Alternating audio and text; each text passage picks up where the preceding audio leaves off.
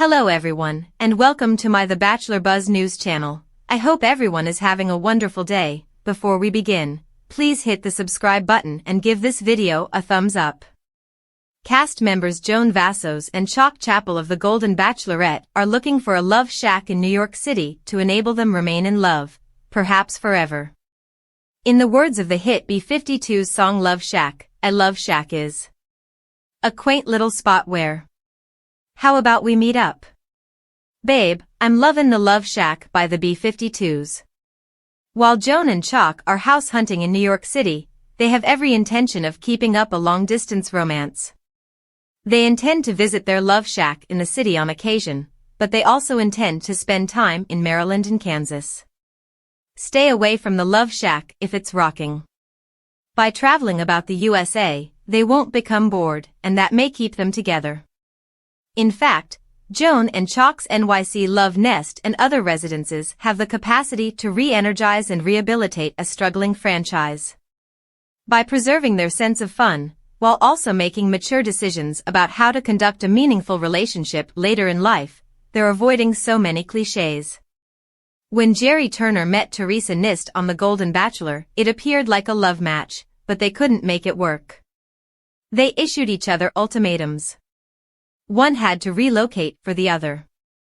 Now, Joan and Chock can be free, they can see one other when they want to. Instead of a quickie wedding followed by enforced imprisonment, they can travel. At their ages, doesn't this type of arrangement make sense? Sure, it does. Plus, this strategy has that enticing scent of fun and adventure. They're shifting their spots now and then to offer some variety and excitement. It's like changing a record instead of listening to the same thing over and over again. Just because they're older doesn't mean they always want things to be the same. As long as they maintain their link strong, their Love Shack concept might be a great winner. The B-52's Love Shack is all about joy. Theirs.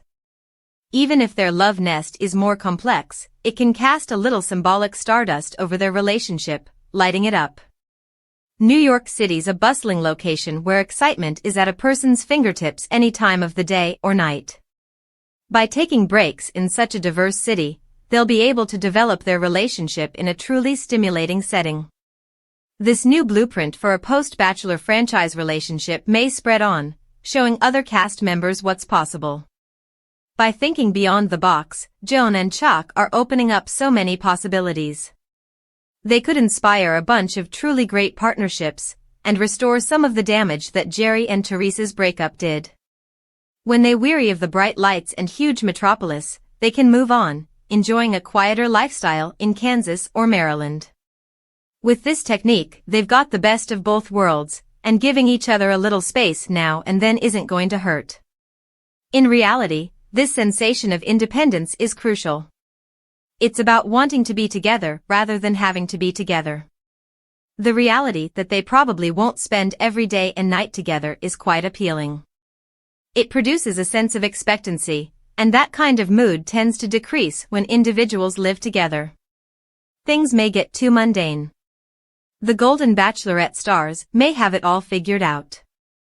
By taking their time, instead of hurrying for the altar, they give themselves enough time to know for sure that they're doing the proper thing.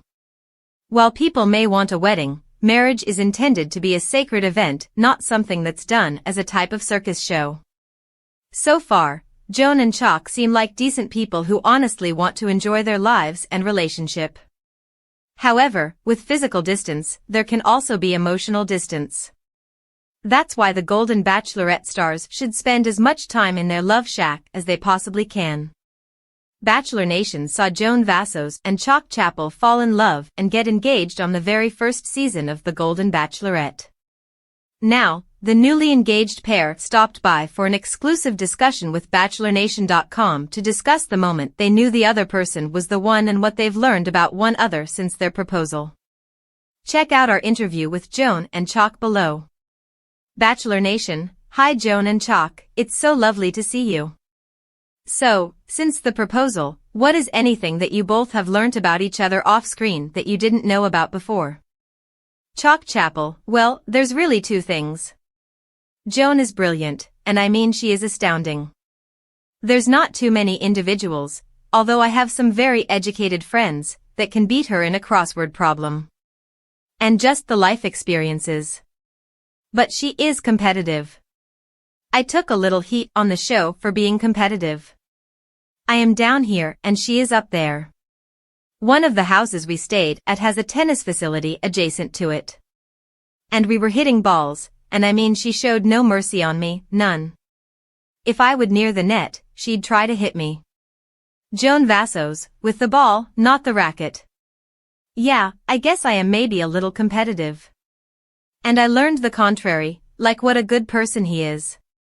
He's such a caregiver and I saw that just time and time again. We talk a lot on the phone, a lot of times a day. And if I had something going on in my life that I was talking to him about, the next thing I know I'm getting a text or a call saying he fixed it for me. He's figured it out, he's made a call, or have you thought about this? He sincerely cares about my happiness. And even one time we were on a happy couple visit and I had to work that day doing some bachelor business, and I got back to the house and he met me late afternoon with a glass of wine in the driveway. And he had dinner done and ready to go when I sat down. And he wouldn't let me clean up. He wouldn't even let me clean the dishes. He's a caregiver. BN, absolutely. You both are. Is there something you two learnt from your previous relationships that you're trying to bring into this one with each other? JV, I guess I learned to prioritize the connection. You know, life gets in the way a lot of times and we have to make sure we step back and make sure that we're providing each other what we need out of the relationship. I remember when I was married, we had 4 kids, so we were incredibly busy and John operated a business, so our lives were really busy. So every Saturday night without fail, I had a babysitter. I made sure that we got to go out and simply have some fun. Usually we had plans with other couples. Some of the nicest memories we made, together, were just going out on a Saturday night and spending time away from our kids and just being a couple. CC, and I would add, especially when you're raising kids, you're so busy, but it's the 2 questions. What's essential to you? And what can I do for you? How can I make your day better? And my mother had this saying, if the individual isn't making your life better, they're probably not the appropriate person. BN, that's a great statement and we couldn't agree more. We would love to know, when was the exact moment you two knew the other person was the one for you? CC, it kind of unfolded over stages, but the main monumental occasion was at Disneyland.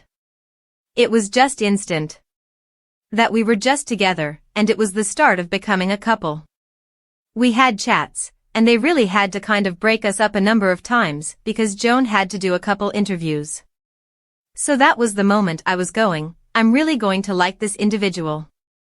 JV, and I had the same impression. I felt like our connection was immediate and powerful fairly immediately. And I believe when it was really reinforced for me was when his mom passed away and he had to go to be with the family for a short bit. And he said, I'm coming back, and I knew he truly wanted to, but I didn't know what he was going to discover when he got there and if it would be as easy for him to come back as he had anticipated. That's when I figured. I can't really do the remainder of this journey if he's not here because he's always going to be this question mark for me. Like this unsolved question of if he was going to be the one, and I thought, I desperately need him to come back. And when he walked around the corner when I was standing out in the driveway and he started walking up, I felt such elation and such relief that I realized this is true.